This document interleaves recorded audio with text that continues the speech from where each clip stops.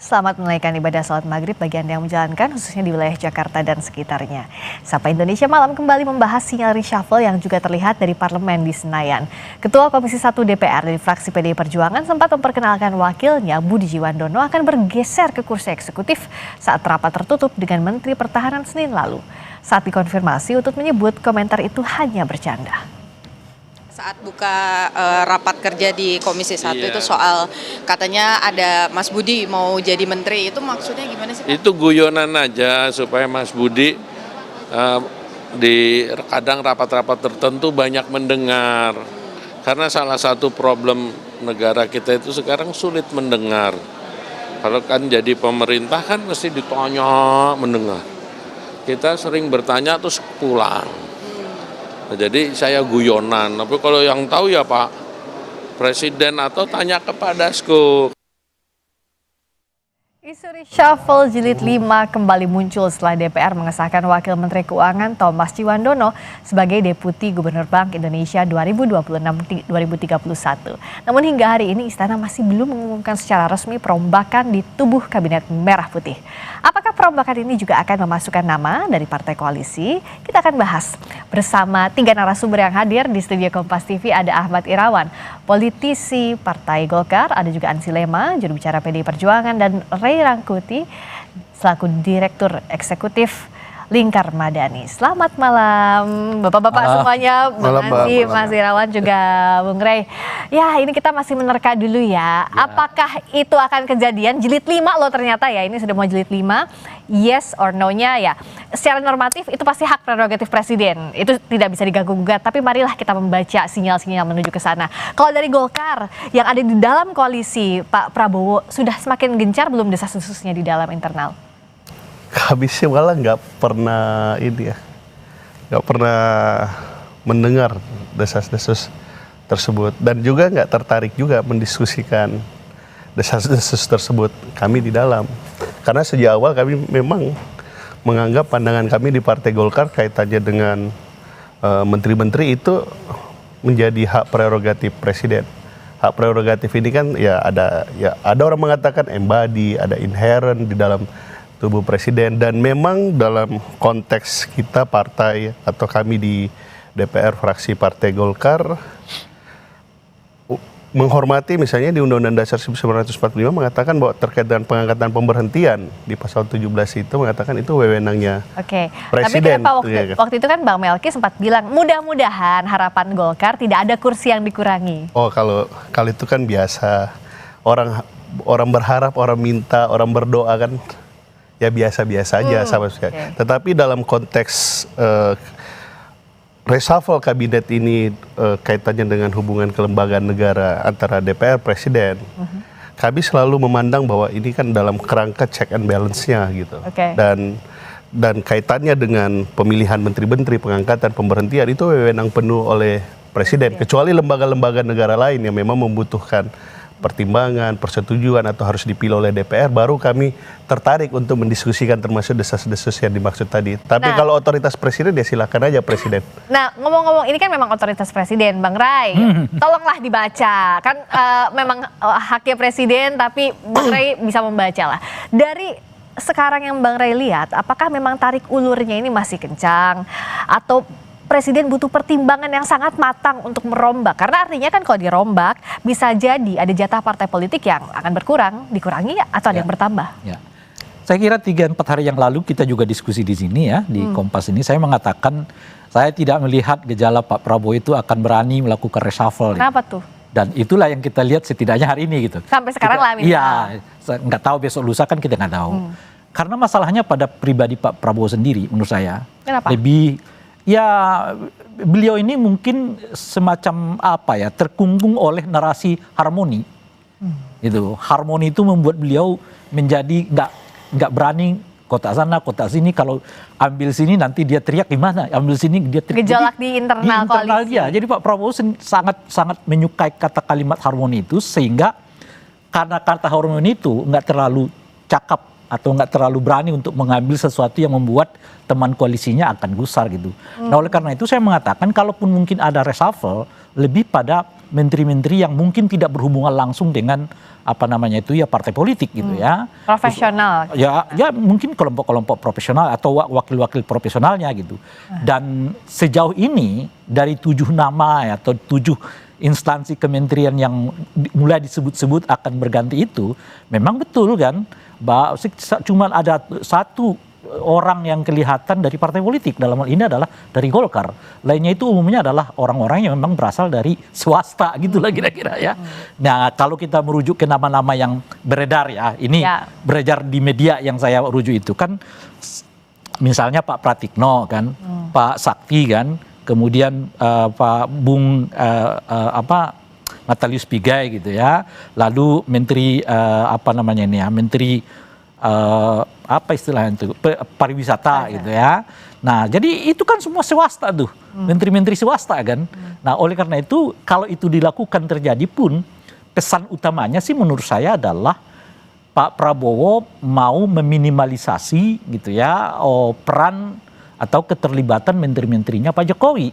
Karena itu runtutan dari peristiwa di mana menteri-menteri yang sebelumnya pernah bekerjasama dengan Pak Jokowi, lalu banyak di reshuffle 1, 2, 3, dan 4 itu gitu ya. Dan sekarang kelihatan nama-nama ini muncul lagi. Ada Pak Pratikno, ada Pak Sakti, lalu ada ya setidaknya yang 2 nama inilah gitu ya. Meskipun ada alasan yang mungkin secara alami juga akan terjadi reshuffle, misalnya berkenaan dengan kesehatan yang seperti kita ketahui kemarin Pak Sakti sempat pingsan dalam sebuah acara gitu ya. Jadi ada mungkin tuh ininya gitu. Nah, tapi kalau yang berkaitan dengan politik ya, misalnya seperti apakah Menkomdigi gitu ya dalam ini Ibu Mutia akan direshuffle, bisa ya, tapi menurut saya tetap akan ke Golkar. Ininya gitu ya. Pun berbeda orang tetap dijaga kursinya Golkar. Iya. Apalagi sehari ini seperti kita ketahui, jangankan dikurangi, yang ada malah Bahlil dapat ketua lagi gitu ya kan. Dewan Energi Nasional. Energi Nasional gitu. Jadi saya kira dari semua koalisi yang ada bersama dengan Pak Prabowo, Golkar lah menurut saya yang paling dominan sekarang di lingkaran Pak Prabowo. Oleh karena itu ketika nama-nama itu muncul, oh iya bisa saja orangnya diganti, tapi saya kira posisinya nggak akan diambil atau dikurangi gitu. Oke, tapi kan reshuffle ini biasanya antara partai koalisi atau kalau dari zamannya Pak Jokowi lalu beralih ke Pak Prabowo yang dulunya tidak ada di koalisi ditarik masuk. Seperti misalnya PDI Perjuangan udah ditawar-tawarin belum sih Bung Ansy? Tapi jawabannya saat lagi ya, usai jeda dulu kita di Sapa Indonesia Malam. Kami segera kembali.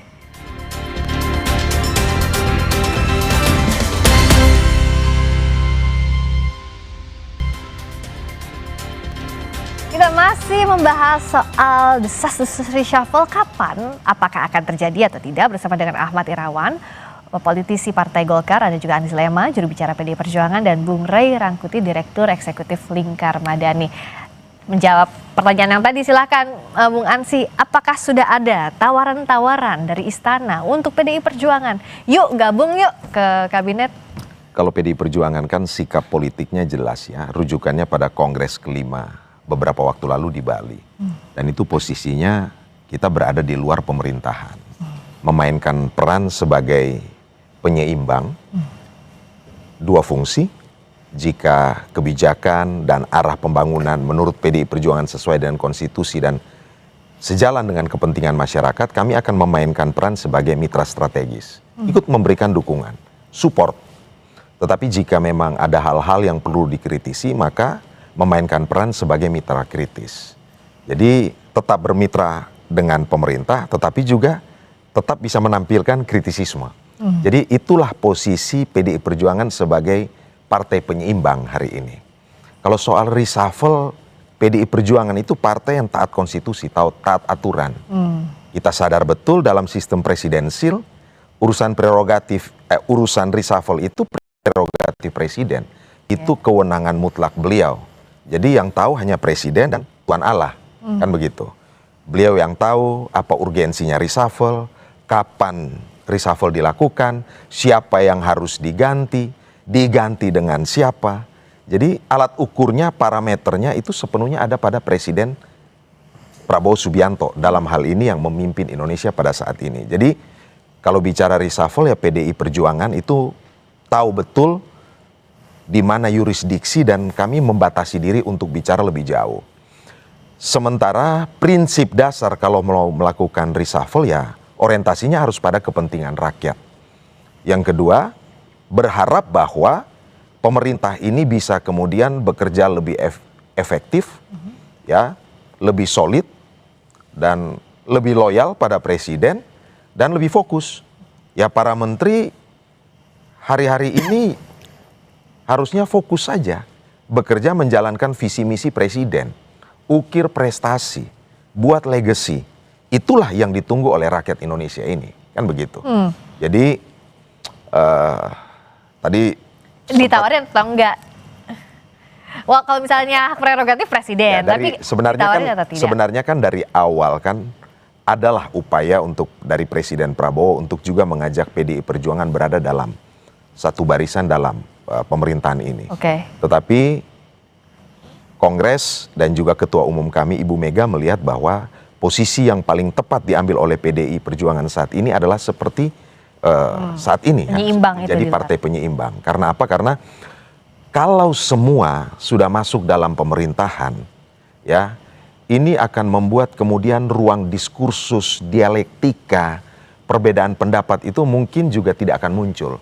Padahal kan kita butuh untuk meningkatkan derajat kualitas demokrasi. Hari ini tidak bisa kita pungkiri bahwa masyarakat sipil pun sebenarnya juga masih membutuhkan kanal-kanal demokrasi berupa partai politik yang juga bisa menyampaikan pandangan-pandangan yang kritis. Dan PDI secara sadar mengambil posisi itu. Jadi tidak juga memainkan posisi sebagai oposisi biner, oposisi mutlak-mutlakan begitu. Karena kalau menurut kami memang kebijakan yang diambil oleh pemerintah, oleh presiden ini benar, patut didukung, ya kami memberikan apresiasi. Tetapi jika tidak, ya kami memberikan kritik sebagai suatu bentuk bahan evaluasi. Kan begitu. Itu pilihan-pilihan ini yang hari ini tetap menjadi pilihan yang terus dilakukan dijalani oleh PDI Perjuangan. Kalau PDI Perjuangan menegaskan ya tetap di luar circle Bung Rey, tapi apakah dinamikanya bisa muncul jikalau misalnya partai di koalisi ya namanya minta kursi lebih banyak itu kan bisa jadi kejadian gitu dan dimintakan ke presiden. Apa Anda melihat dinamika yang sama juga? Iya itu alami ya. Tapi saya kira dengan posisi mereka sekarang pun mereka udah merasa inilah happy gitu. Nah persoalannya memang akan muncul kalau ada partai politik baru. Kan setidaknya masih ada 2 partai di luar nih. Satu PDI, satu Nasdem. Kalau PDI kan 70%, 80% mereka udah menyatakan mereka mau di luar. Nasdem kan kelihatan masih 50-50 kan. Nah boleh jadi Nasdem masuk ke dalam ke dalam struktur ini gitu. Sebab sejauh ini saya lihat sih posisi Nasdem yang nggak jelas ini juga nggak nguntungin mereka juga. Nggak nguntungin secara politik, juga mungkin nggak nguntungin secara material gitu loh. Jadi memang jauh lebih baik untuk memilih ikut atau tidak gitu, ketimbang mau di tengah-tengah, karena di tengah-tengah itu nggak kelihatan gitu. Jadi boleh jadi mungkin sekarang yang mau diajak itu Nasdem. Karena tidak tegas untuk menyatakan di luar. Bukan, karena bagi Nasdem sendiri kelihatan nggak terlalu menguntungkan posisi yang 50-50 ini. Apa yang membedakan posisi Nasdem dengan PDI Perjuangan? PDI udah jelas mengatakan kan, kami berada di luar gitu. Kalau Nasdem kan nggak jelas mau mereka di luar atau tidak gitu.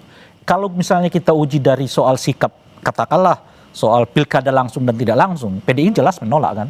Nasdem masih ambigu kan, antara menolak dan tidak, dan sebagainya gitu. Jadi kalau dilihat dari alur itu, kelihatan notasi mereka sekarang lebih banyak ke arah istana gitu loh. Dan oleh karena itu jika mungkin mereka masuk, ya kan, nah mungkin akan ada 1-2 kursi atau saya kira cuma dapat 1 mereka.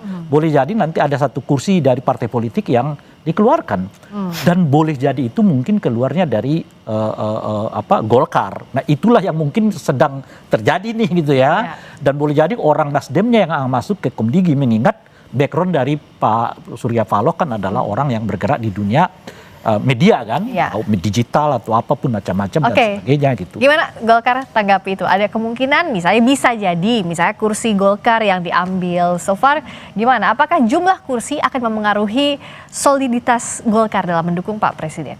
Semenarik-menariknya penjelasannya Bang Ray, lebih valid kalau itu keluar dari mulut presiden.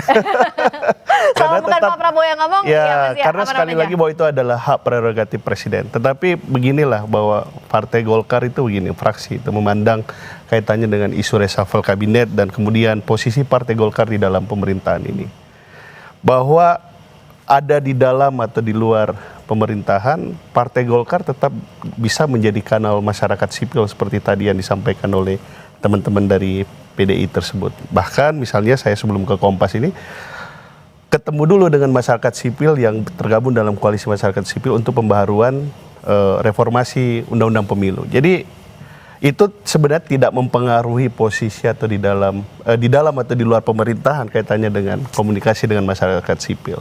Nah, kedua, kembali lagi bahwa selain itu persoalan tadi kami sampaikan bahwa itu prerogatif, tetapi kalau kita lihat dari apa yang dilakukan oleh presiden, empiriknya memang saya melihatnya dua hal.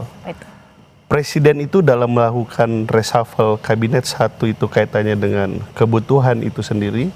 Yang kedua adalah kaitannya dengan jika terjadi kekosongan jabatan tersebut. Dan itu dilakukan beberapa kali oleh presiden atau dalam konteks dalam 5 kali proses reshuffle tadi itu. Kebutuhan misalnya Kemendagri dianggap dibutuhkan, nambah lagi 1 wamen. Terus ada yang dianggap sakit, ada juga tuh yang pernah diganti karena alasan sakit. Terus kemudian ada yang kosong, ada yang reposisi. Jadi biasa saja dalam 5 kali proses reshuffle kabinet ini. Dan bagi kami di Partai Golkar tetap bahwa proses reshuffle kabinet ini kita kembalikan kepada presiden karena presiden paling tahu siapa pembantu-pembantunya, tetapi yang lebih penting dari itu bahwa ketika reshuffle ini itu dilaksanakan, kualitas dan kinerja pemerintahan bisa lebih baik dari sebelum dilakukannya reshuffle. Nah, kalau bicara soal peningkatan kualitas kinerja dari kabinet ini, maka reshuffle ini basisnya adalah harus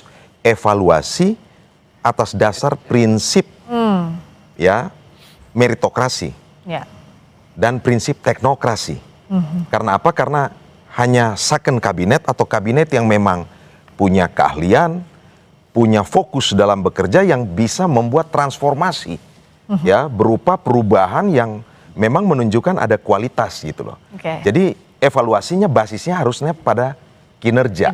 Ya, bukan lagi kepada soal kalkulasi untung rugi secara politik. Kalau itu yang mau kita bicarakan. Tetapi kan memang kalau kita bicara soal kabinet itu kan setidaknya ada 5 tas yang harus bisa dijawab kan begitu. Presiden Prabowo ini menginginkan stabilitas di kabinet ini baik. Lalu? Selain stabilitas, soliditas. Jadi jangan hanya berkumpul bersama, tapi soliditas. Soliditas saja tidak cukup, tapi harus ada sinergitas. Sehingga tidak ego masing-masing untuk berjalan sendiri-sendiri. Ya, kalau sudah ada sinergitas ini, ya efektivitas dalam bekerja. Dan ujung dari ini semua adalah tetap loyalitas pada presiden. Apa maksudnya? Loyalitas pada visi misi presiden. Jangan masing-masing karena di situ berasal dari partai A, B, C, D, E, kemudian menjalankan agenda politik masing-masing. Nah kan ini berbahaya. Ingat bahwa menjadi menteri itu privilege loh.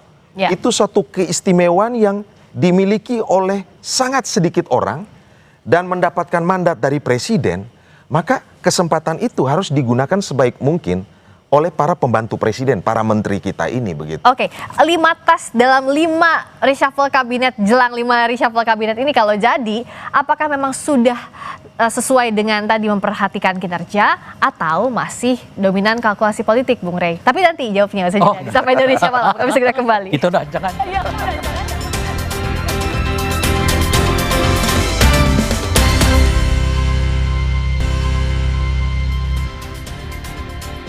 Kan sampai Indonesia Malam. Jadi gimana Bung Rey? Udah kalau mau masuk jilid kelimanya sudah kentaranya lebih ke soal kinerja atau masih kalkulasi politik? Pasti nggak satu faktor ya. Setidaknya menurut saya ada 3 faktor. Apa itu? Ada unsur kinerja di dalam, ada unsur pertimbangan politik, tapi juga ada unsur alami kan. Nah, tapi juga ada unsur ketidakjelasan gitu. Nah, kalau yang berhubungan, kalau kita merujuk ke nama-nama yang cukup beredar di tengah masyarakat saat ini gitu, saya kira untuk orang seperti Pak Pratikno, lalu Menpar, lalu Pak Sakti, lalu mungkin juga Menlu Pak Sugiono gitu, itu mungkin soal kinerja. Nah, saya melihat itu ada aspek kinerja, khususnya Menlu kita lah ya.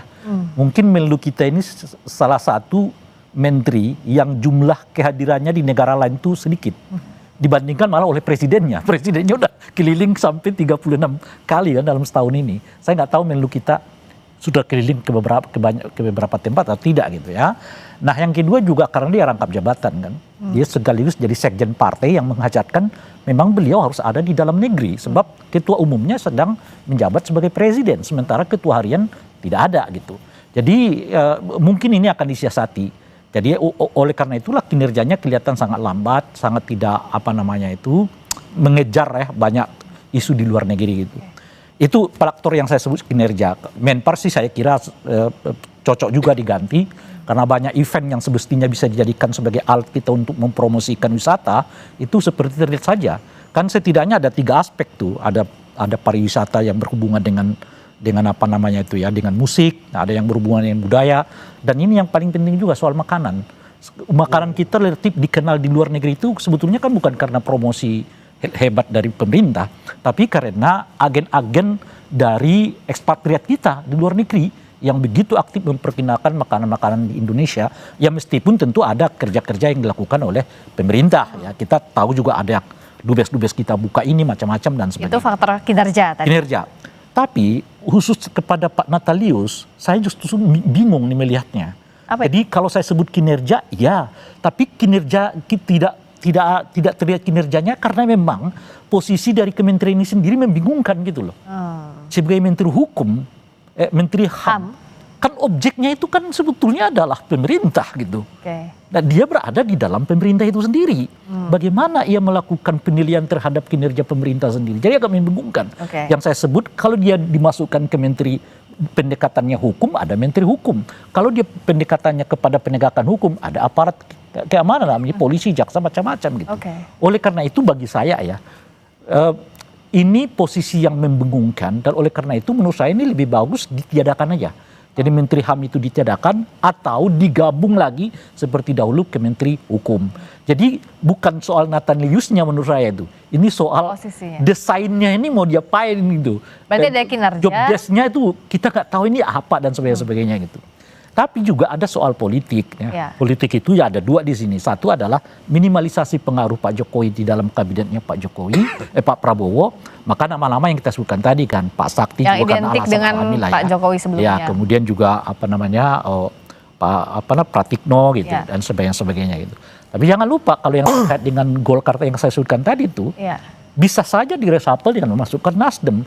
Pertanyaannya, apakah Golkar akan terima? Jelas nggak akan terima. Dan mungkin karena itulah alot, dan boleh jadi karena itu hari ini belum terjadi gitu ya. Mungkin karena alot. Tapi ini semua sangat tergantung pada Pak Presiden. Dalam ini Pak Prabowo. Kalau Pak Prabowo sedikit agak meninggikan dirinya ya, ya saya kira pada ujungnya Golkar akan terima juga. Sebab seperti kita tahu Golkar ini yang penting di dalam, kita gitu lah ya kan. Apa benar bacaannya Bung Ray tadi? Nanti dulu. Karena kan masih ada satu lagi. Yang penting ada di dalam gitu ya. Jadi bukan soal banyak atau tidaknya, tapi yang penting ada di dalamnya gitu. Jadi kalau sekiranya ada sedikit Pak Bahlil, kau ikut akulah kali ini misalnya kata Pak Prabowo, iyalah kalau kali ini bolehlah gitu. Satu lagi apa? Satu lagi tentu soal kesehatannya. Dalam ini Pak Sakti gitu. Nah oleh karena itu saya kira nggak tunggal dan ada unsur soal kinerja di dalamnya, ada unsur soal politik gitu ya, tapi juga ada unsur soal alami yang saya sebutkan. Kalau dari Golkar, gimana bacaannya Bung Ray tadi? Mendekati iyahkah gitu?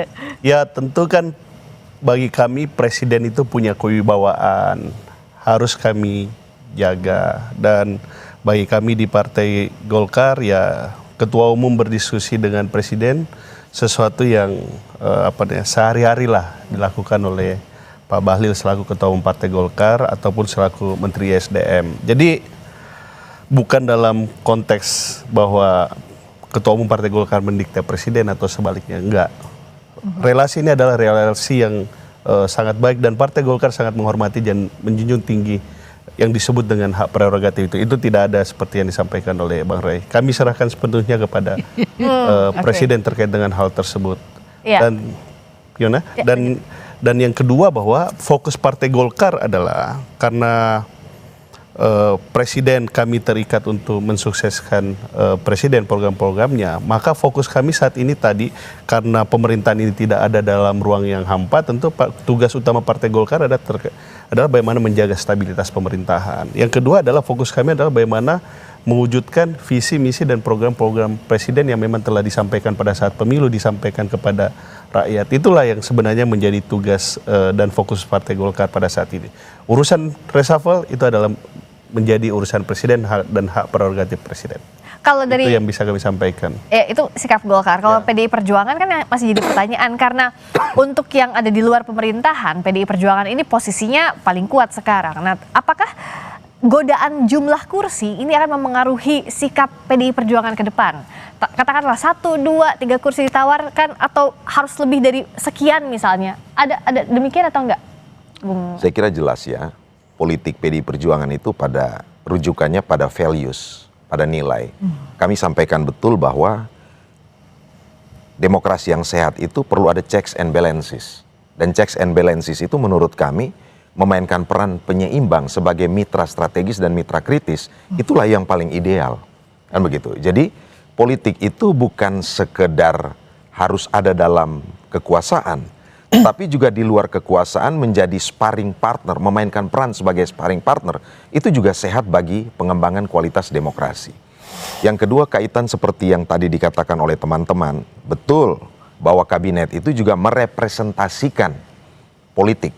Tetapi representasi politik itu tidak bisa kemudian menegasikan atau meremehkan, menyepelekan yang namanya meritokrasi dan kemampuan teknokrasi itu. Kenapa? Apalagi kementerian-kementerian teknis, ya Anda diharapkan bisa memiliki expertise, ya, memiliki isi kepala, pengetahuan, dan kemampuan untuk melakukan aksi implementasi atas visi dan misi Presiden. Harus punya kemampuan teknokratis seperti itu. Maka para politisi hari ini, itu ada tantangan untuk bisa mentransformasi dirinya menjadi juga seorang teknokrat, begitu. Ya, yang juga memiliki kemampuan untuk mengeksekusi di lapangan. Betul, representasi politik penting. Yes, untuk menjaga stabilitas, kohesi, soliditas dari kabinet ini. Tetapi tidak boleh hanya berhenti di situ. Meritokrasi, teknokrasi, basisnya pada kompetensi, itu tetap harus yang utama. Kalau tidak, negara kita ini tidak akan kemana-mana. Hanya akan bagi-bagi kekuasaan, ganti posisi. Politik kita hanya sekedar apa? Politik angka, Rai. Dari 2 naik jadi 3, dari 4 turun jadi 3, posisi itu aja. Padahal politik sejatinya itu adalah values. Politik itu soal nilai, bukan soal angka, begitu. Jadi kalau ditanya PDI, puasa 5 tahun biasa. Di luar kekuasaan 10 tahun pernah terjadi pada era pemerintahan Presiden Susilo Bambang Yudhoyono. Dan itu hal yang biasa saja. Karena memang apa? Karena kami memang diajarkan untuk betul-betul berpolitik dengan nilai, berpolitik dengan value, dengan dasar ideologi. PDI ini partai yang punya roh, begitu. Jadi di luar pun bagi kami tidak punya posisi yang lebih subordinat atau lebih inferior, tidak. Justru kami merasa bahwa kami bisa akan memainkan peran sebagai kanal demokrasi, lebih bisa nyambung dengan kekuatan masyarakat sipil ketimbang teman-teman yang ada di dalam. Begitu. Di dalam pasti ya komprominya udah tingkat tinggi lah, pasti, kan. Mungkin saya mau nyambung ya. Lebih rentan pada pragmatisme politik dan seterusnya. Boleh singkat Bung Rey. Jadi pertama adalah soal PDI gitu. Saya hakul yakin mereka nggak terima. Mau 2, 3 gitu. Kalau 5 mungkin lah ya. Tapi kan nggak mungkin. Ya. Kalau 2, 3 jelas mereka rugi. Dan kalau Ibu Mega masih tetap mimpin PDI, kita tahulah sikap Ibu Mega seperti apa. Bahkan dulu ditawarin Jokowi 3 periode, dia menolak gitu. Ya kan? Nah itu satu. Nah yang kedua adalah soal tadi nilai berpolitik. Nah salah satu yang menguat kita dengar isunya ini adalah pergantian Menlu dalam ini Pak Sugiono, yang kemungkinan seperti disebutkan tadi meskipun diakui sebagai bercanda oleh ketua Budi. Pak apa namanya ketua Budi Jiwandono. Pak Utut. Pak Pak Utut, Utut yang sebelumnya. ya dari praksi PDI Perjuangan itu bahwa akan Pak Budi akan pindah ke sana. Saya berharap Pak Jokowi harus hati-hati. Respon publik terhadap pengangkatan Thomas Juwandono sebagai Deputi Gubernur BI cukup sensitif. Pak Prabowo ya maksudnya. Ya hati-hati. sorry, ya Pak Prabowo cukup sensitif di tengah masyarakat. Ya. Banyak orang yang mengulang-ulang kembali pidato Pak Prabowo yang berkaitan dengan kamu anak siapa, kamu ponakan siapa gitu. Tiba-tiba ponakannya hari ini jadi Deputi Gubernur BI. Kalau saat yang tidak terlalu jauh, lalu tiba-tiba Budi yang juga merupakan ponakan Pak Prabowo didapuk menjadi Menteri Luar Negeri, maka saya kira ya akan banyak sekali pandangan negatif Ya. yang bertumpah. Jadi jangan sampai ini jadi Pak Prabowo. backfire berisiko untuk Pak Betul, Prabowo. betul. Baik, kita akan tunggu reshuffle-nya jadi atau enggaknya dulu satu. Yang kedua, kalaupun iya siapa-siapa saja yang Ya. akan kursi. Tapi yang jelas jangan sampai hanya sekadar bagi-bagi kursi, tidak berimpact untuk kinerja kabinet merah putih. Terima kasih Bung Rey, terima kasih Mas Terima kasih. Ahmad Irawan, terima kasih Sama-sama, Mas Friska. Silema sudah hadir di Sapa Indonesia Malam.